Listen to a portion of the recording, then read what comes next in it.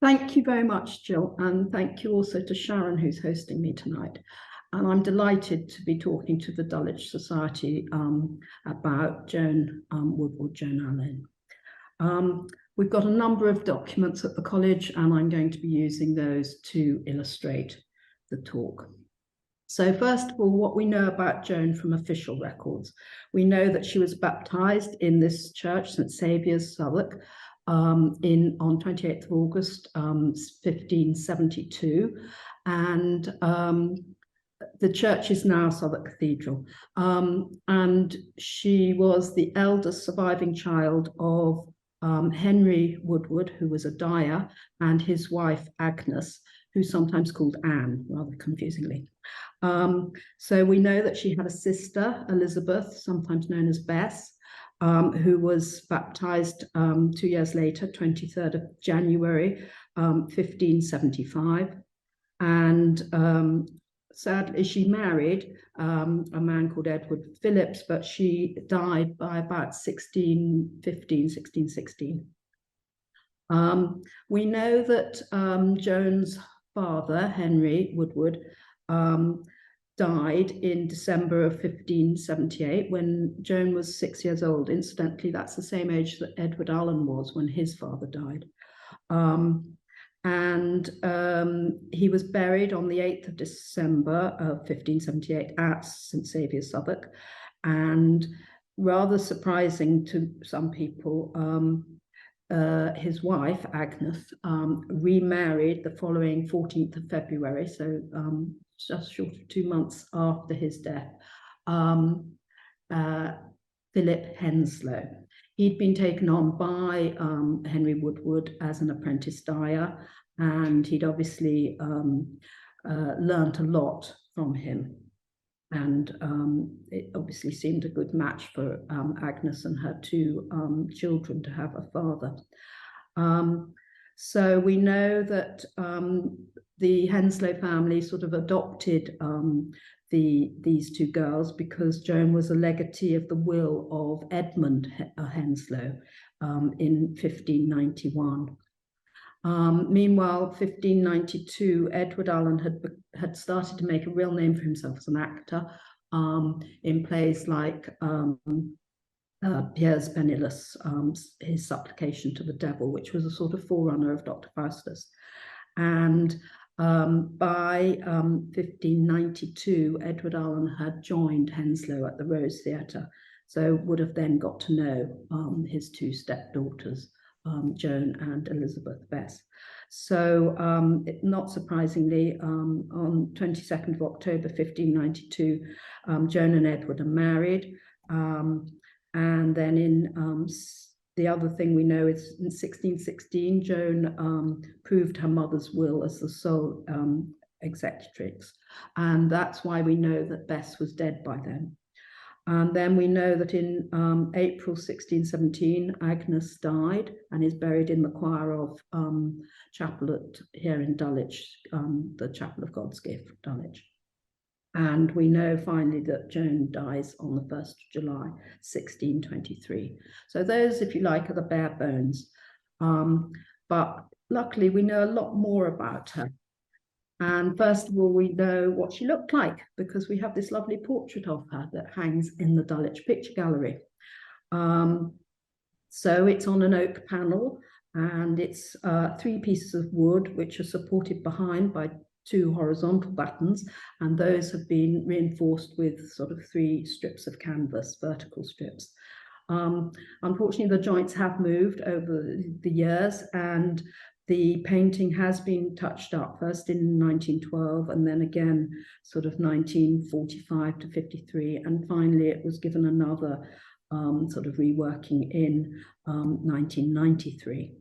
But, you know, we're pretty sure this is as good a likeness and of the original. It hasn't changed much from how it was painted. Interestingly, on the top right-hand corner, you can see that it was painted in 1596, and it says she's 22 years old. But in fact, she would have been 24 in 1596. So maybe ladies, even in those days, were trying to disguise their true ages. She has reddish hair, which is, in fact, Edward Alleyn's portrait depicts him with reddish hair too. And I wondered whether this was a nod to Queen Elizabeth I, that people would have their portraits painted and depicted with red hair to look like the Queen. And I asked various art historians about this, but no one could really shed any light. I then spoke to two academics, Dr. Lucy Munro of King's College London and Dr. Callum Davis of Southampton University, who both have done a lot of work on middling culture of the early modern period. And they both said absolutely that red hair was much more prevalent in those days, and because it's a recessive gene, it's being bred out of the population, but that they could well have both had red hair. She's dressed in black, which might be because it's a very hard color to, in dyeing material, it's one of the hardest to fix. And therefore it was very expensive to have black clothes.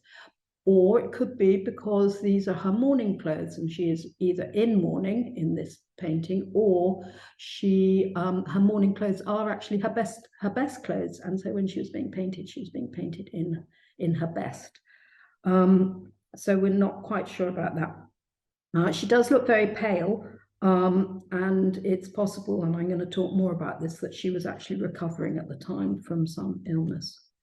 So we now turn to what we know of her life through the documents held in the Archive of Dulwich College. And we know about her life through these two men, obviously not Geoffrey Rush himself, but he portrayed Philip Henslowe in the film Shakespeare in Love in 1998. And the other person, obviously, is her husband, Edward.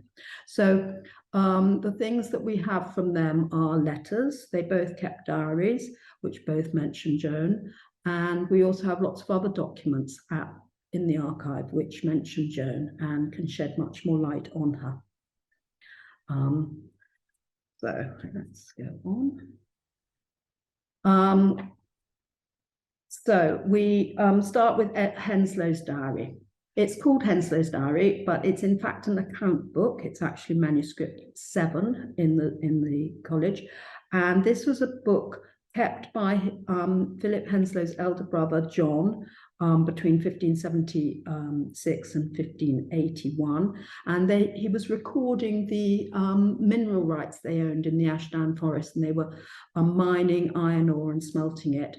And they were also cutting wood and creating charcoal, which of course was the fuel for those days, for the preferred fuel for cooking. So it was a very lucrative business. And when he dies, which is about 1592, Henslowe starts using this book, and he starts recording his own business matters in it. And he starts, he uses it mostly until about 1604, and then infrequently till about 1616 when he died, and it passed to Edward Alleyn. So it's called his diary, but that's only because a lot of the entries are dated, but actually they are literally his accounts of his business. So it's buying and selling things, and he's keeping a record because he is the manager of the Rose and the Rose Theatre, and then later other theatres and the other activities they're engaged in. And he has to keep an account of the money so that he can then pay it out to the shareholders. So it's really just good bookkeeping. But he does sometimes use it for personal things, and but not on a day-to-day basis. And we find now the things that he tells us about Joan.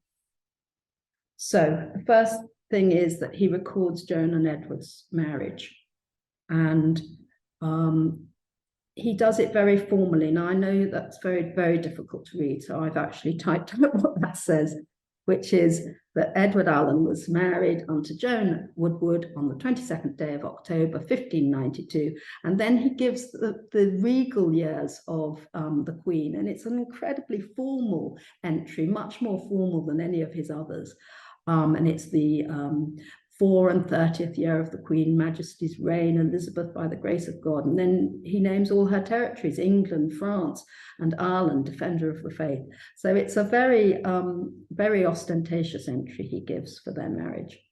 And I think he was planning this marriage early on, because in June of 1592, he buys 2 pieces of gold. He buys a goblet, and he also buys a sort of beaker with 2 handles. And we know the weight of the goblet, and we've identified it as this chalice, which is still used. It's kept in the archive at Dulwich College, but it's used on the altar in the chapel of God's gift, Dulwich.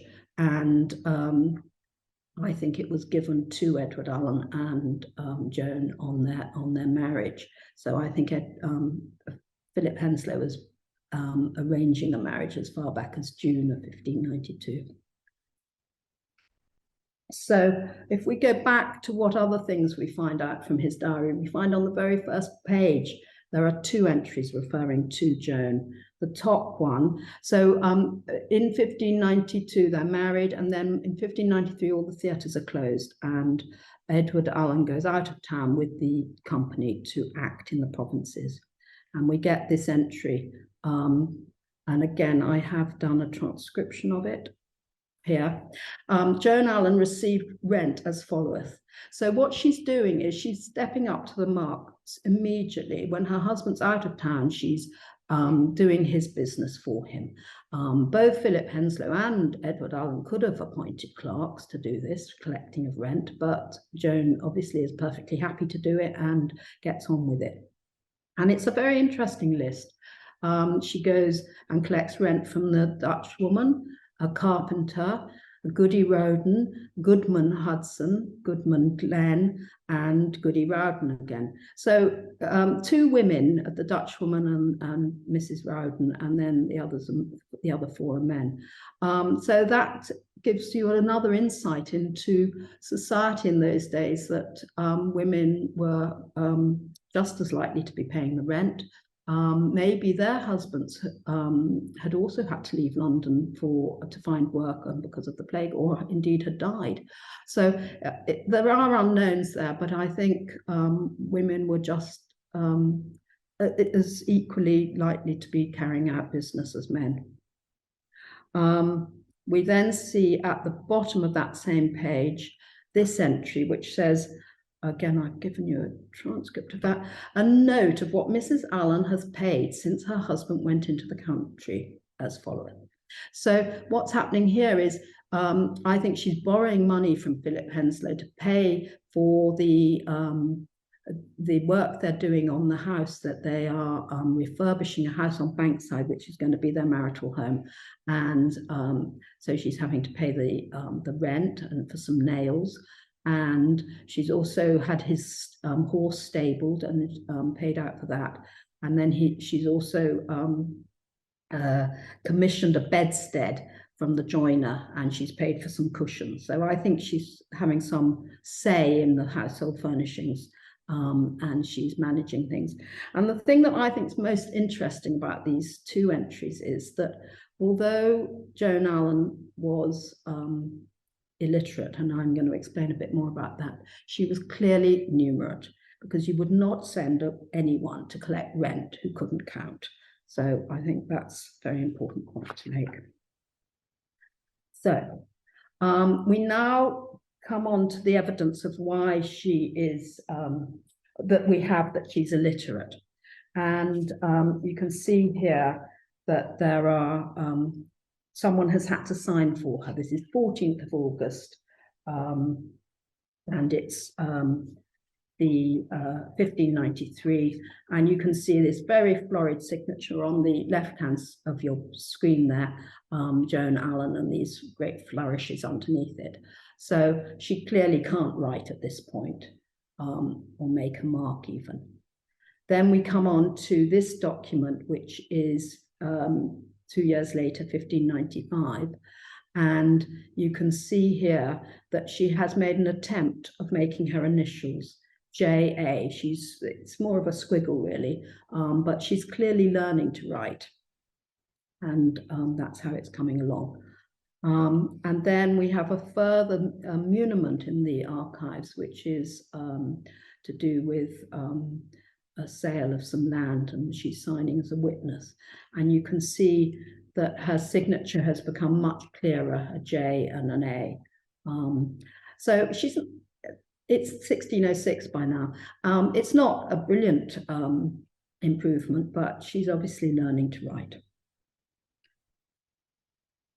So we'll now look at some of the letters that we have in the archive. So it's because they were separated and very early on in their marriage, we have this wonderful correspondence between the two of them, Edward and Joan. And it's a unique survivor, really, from this period. It's unique in a way because both halves of the correspondence survive.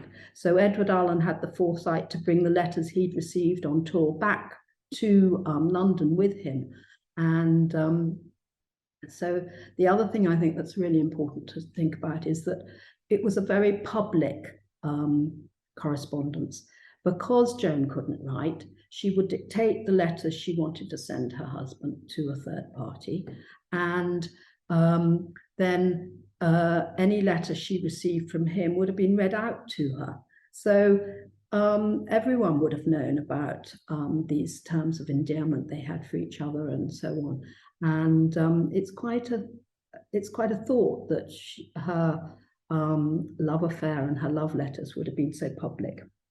So this one is from Edward to her, my good sweet mouse, and it's mostly about keeping themselves safe from the plague. And I've highlighted those two occurrences where he calls her mouse.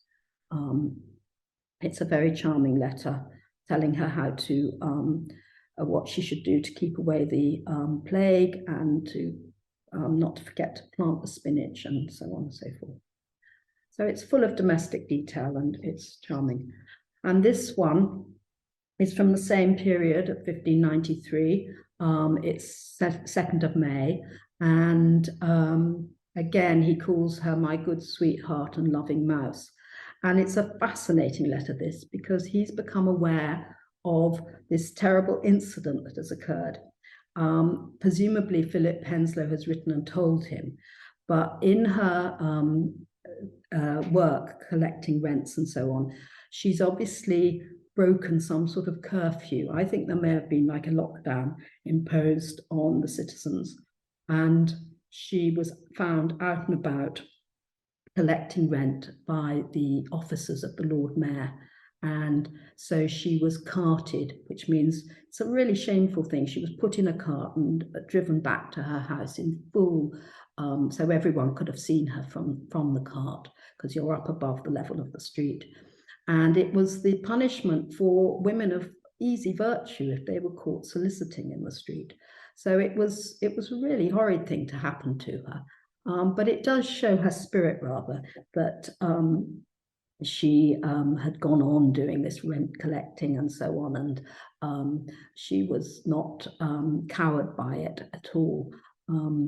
And Edward is quite worried for her, but he says he's going to have his revenge on them when he comes back to London. And you can see there how many times he calls her mouse and a sweetheart. And this is a letter from 1595 to, from 1593 again. This is written again by Henslowe, but clearly at Joan's dictation, because it says, it's obvious that Philip knows that the term of endearment is mouse, because he says, not least from your mouse, who asks after you night and day and wishes for you to come back as soon as possible. And then the envelope is written, this is to be delivered unto my beloved husband, Mr. Edward Alleyn, with speed, which again is rather charming. And it shows, I think, a deep affection between the two, and it wasn't just a marriage of convenience at all. So now we come on to Edward Alleyn's diary, which is quite different really from Henslowe's. He divides each of his pages into 6 columns. And at the top, he writes the month and the year. And then in the first column on the left, he writes the date. And then the second column, he uses a symbol to represent the day of the week. And I'm just going to run through these because I think it's really amusing. So we have the moon, the crescent moon for Monday. Then we have the sign for Mars, which is his shield and his spear for Tuesday. And Wednesday, it's obviously the winged helmet of Mercury. And then Thursday is a bolt of lightning for Thor or Jupiter. And then Friday is the hand mirror of Venus. And then Saturday is a sickle for Saturn. And then Sunday is a circle with a dot in it. And the other symbol he uses is a manacle or pointing hand for things he really wants you to note. So Henslowe's diary is very much business interest, but Alleyn writes down very much more their day-to-day doings. And it's interesting that he keeps the diary between 1617 and 1622. So they're well established at Dulwich by this period, and he's starting his school. And the very first entry refers to Joan. So it starts off, there we are, October 1617, 29th, which with the moon next to it is a Monday. And my wife, Mr. Austin and Mr. Young and myself went to see Sutton's Hospital. So they go on a sort of visit to Charterhouse to see how Dr. Sutton has set up his charity, which also was to educate children and also to be almshouses. And then further on, October 1617, you see he's recording our wedding day and who came to dinner on their wedding day. There dined with us Dr. Knott, Old Best and his wife. And he also records exchange of gifts. So we know that further on in January of 1618, Dr. Knott gives them a New Year's present of 2 chickens. So the diary is full of these domestic details and tells us a lot of detail really of their lives. So this is a page I think is quite interesting. This is from Friday, the 8th of September, 1620. And there it is, 3 items, all to do with Joan. I've given you a transcript of those. So first of all, it says, my wife went to Our Lady's Fair. So 8th of September is, of course, the Feast of the Blessed Virgin Mary. And so there's obviously some fair. And I'm pretty sure it would have been somewhere on the South Bank because they then dine with Lady Clark. Lady Clark is a great friend of theirs. She was married to someone called Sir Robert Clark. She was a great benefactor of St. Saviour's. She probably met Edward Alleyn because he was a church warden at St. Saviour's. And the 2 families have a lot of interchange socially. And I think it's through Lady Clark that Edward Alleyn meets his second wife, Constance Don. Anyway, so the first thing is my wife went to Our Lady's Fair and we dined at Lady Clark's. Then the next one is bought 2 felt hats for my wife and I paid 14 shillings. And then the third is my wife gave to the Queen of Bohemia's aid £3. The Queen of Bohemia was, of course, Elizabeth Stuart. She was the older sister of Charles I. She was the daughter of James I, and she'd married Frederick V, who'd been made, they'd been made King and Queen of Bohemia in 1619, but they only lasted 1 winter, so she's sometimes known as the Winter Queen. Anyway, she came back to England in very straitened circumstances, and obviously there was a collecting bucket at Our Lady's Fair for her, and Joan Alleyn puts in £3, which is a considerable amount of money. But it shows, and Edward obviously paid it, so that was, he approved of this charity, so that's good. The other thing that Alleyn tells us about is their various people that come to dinner with them. And so we have here an entry where they're at home most Sundays and anyone can drop in.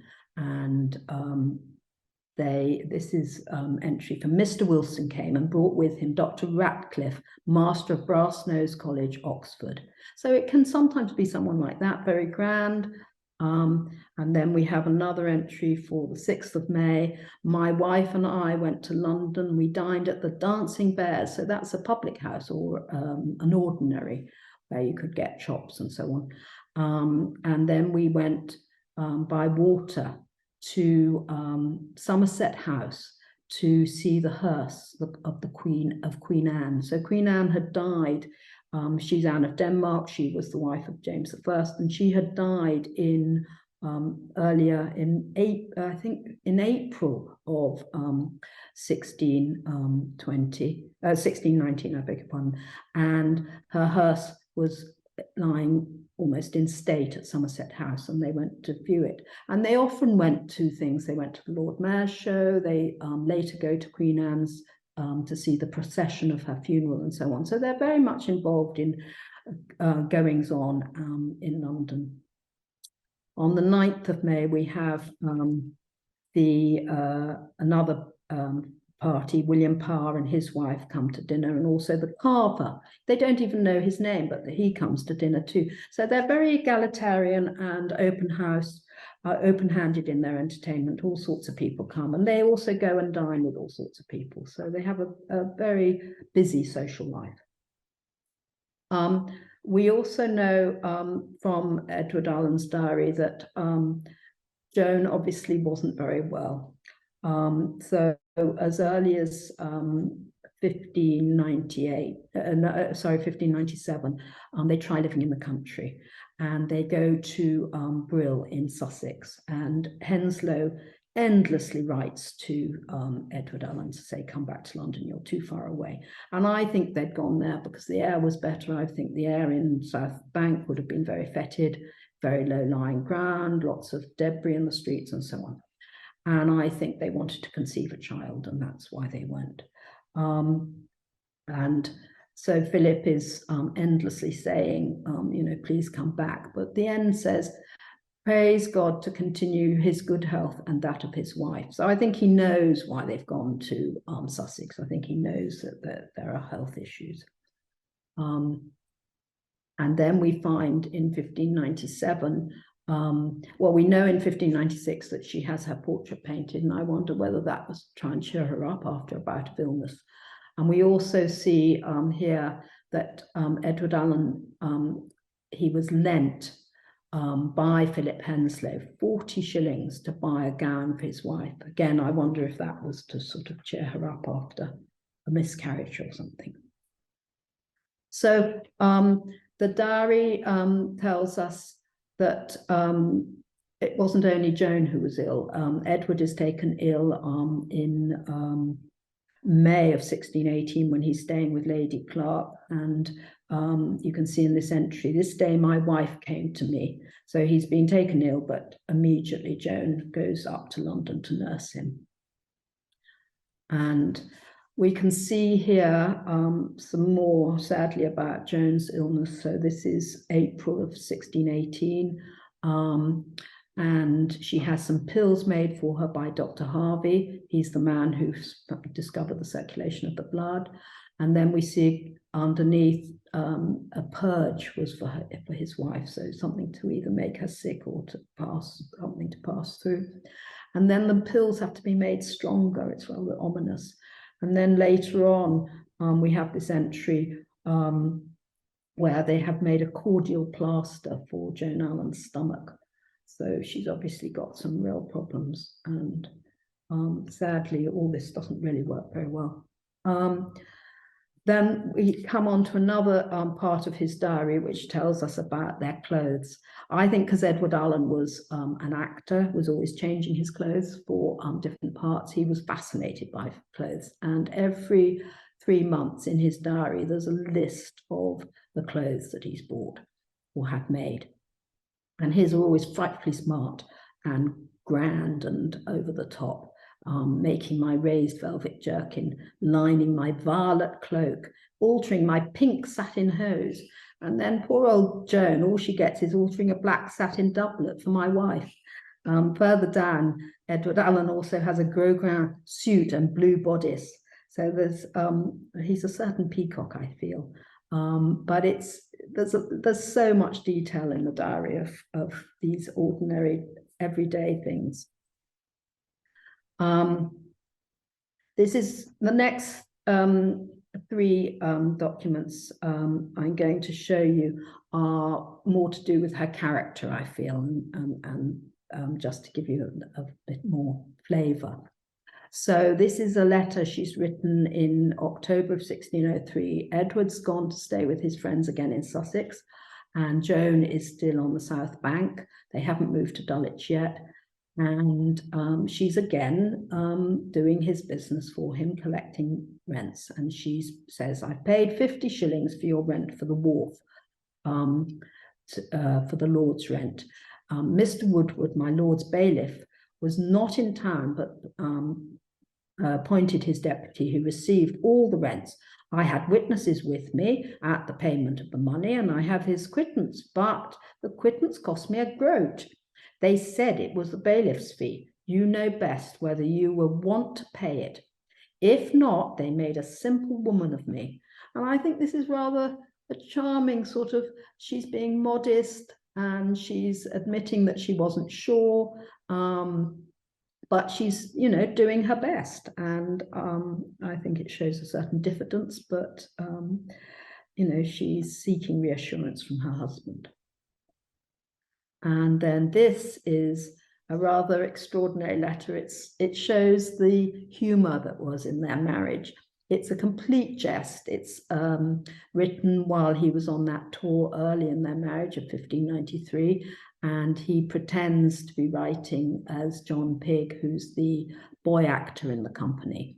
And but it's obviously Edward Alleyn writing to her. Mistress, your honest, ancient, and loving servant Pig hath his humble commendations to you and to my good master Henslowe and mistress, and to my mistress's sister Bess, for all her hard dealing with me. And I send you hearty commendations, hoping to be beholden to you again for the opening of the cupboard, and to my neighbour Doll for calling me up in the morning, and my wife Sarah for making clean my shoes, and to that old gentleman, Sir Pearl, he's the cat, whoever fought with me for the block in the chimney corner. And I thought, and though you will look for the speedy return of my proper person, yet I swear to you by the faith of a fustian king never to return till fortune us bring with a joyful meeting to lovely London. I cease your petty pretty prattling, parleying Pig, by me, John Pigg. And then he's written at the side, Mistress, I pray you keep this, that my master may see it, for I got it to write it, Mr. Doughton, and my master knows not of it. But it's clearly just a pastiche. It's just a joke between Edward and Joan. And I think it shines more light on their marriage and the jokes and japes they got up to. This last document is a poem written by one of the poor scholars. So the college was set up in 1616. He started to take in boys. As we've seen in 1617, he'd gone to Charterhouse to see how they did things. And then the chapel is consecrated in 1616, but the boys have started to arrive. And Richard Meredith is at the college between 1617 and 1622, and he pens this poem to Joan Alleyn. And it's not very good poetry, but it's rather charming. And he says, whom fortune makes to see more dark than night, as may appear by those 12 orphan poor, whom she releases at charity's blessed door. So I think that as soon as they opened the school, Joan, the childless Joan, would have taken an active part in the school. She would have gone and stood at the door when they were coming out to play and greet each child. and would have got to know them. And I think, again, that she's perhaps been ill and the boys have been asked to pray for her. And Richard Meredith has offered this poem in exchange for prayers. And he says, we're bound to pray God to preserve you both night and day. This is his rather sweet, and it just gives us another third party's view of her as a person. She is,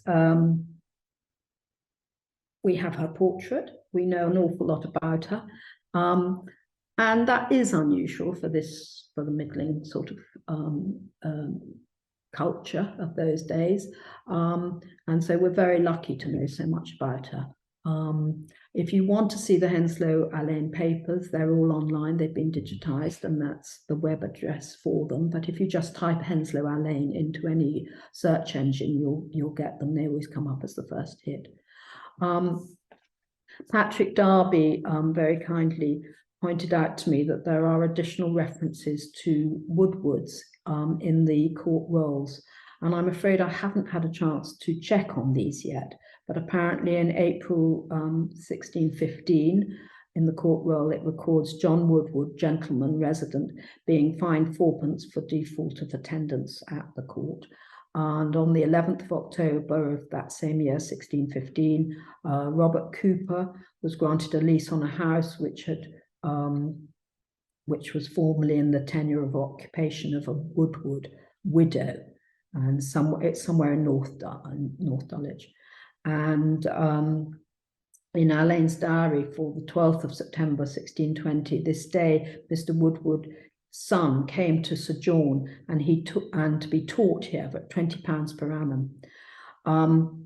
So although I haven't looked those up, it's a good opportunity to remind people that the manorial court rolls are now all available through the Dulwich Society website, and that's in no small part due to Patrick, who has transcribed them and, where necessary, translated them as well, which is a tremendous work, and we're very grateful to.